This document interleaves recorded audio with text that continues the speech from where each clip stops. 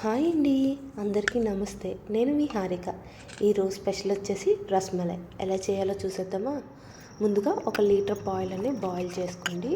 Boil చేసుకున్న తర్వాత అందులోకి లెమన్ వాటర్ అన్నది వేసి దాన్ని వైట్ గుడ్లోకి వడకట్టేయండి వాటర్ వేసి. తర్వాత అదన్నీ రౌండ్స్ చేసుకొని తర్వాత వీడియోలో చూపిస్తున్నట్టుగా ఇలా మలైస్ అన్నవి చేసుకోవాలన్నమాట. తర్వాత అది బాయిల్ చేయడానికి 1/2 కప్ షుగరు, 3 కప్స్ వాటర్ వేసి బాగా బాయిల్ అయ్యాక ఈ మలైస్ అన్ని 2 సైడ్స్ 10 మినిట్స్ అన్నవి బాయిల్ చేసుకోవాలి.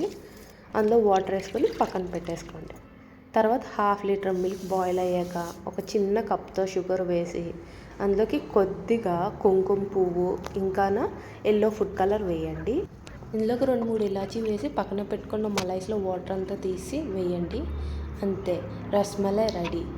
ఈ డీటెయిల్ రెసిపీ అన్నది మన ఛానల్లో ఉంది, చెక్అవుట్ చేయండి. Thank you.